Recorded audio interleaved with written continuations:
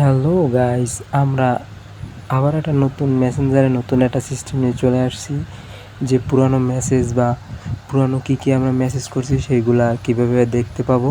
তো চলেন আমরা দেখে নিই। তো একটা আইডি নিলাম, চিপ দিলাম, তারপরে যে আস্তে আস্তে নিচে গেলাম, তো সার্চে চিপ দিলাম, সার্চে চিজ দিলাম, যে আমরা কাকা লিখলাম, দেখি কাকা লিখছি কতবার।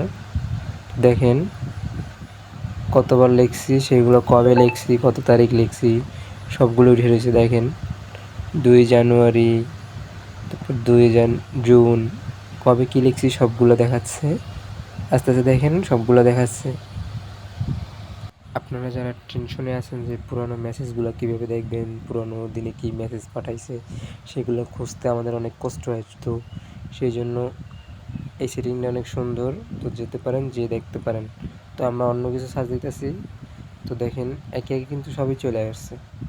এরকমভাবে সব কিছুই আপনারা পাবেন খুব নিমিষেই। তো আমরা কষ্ট হইতেছে না যে পুরোনো মেসেজগুলো ঠেলিয়া বিচ্ছে বাই করতে, যে কষ্টটা হইতো ওই কষ্টটা হইতেছে না।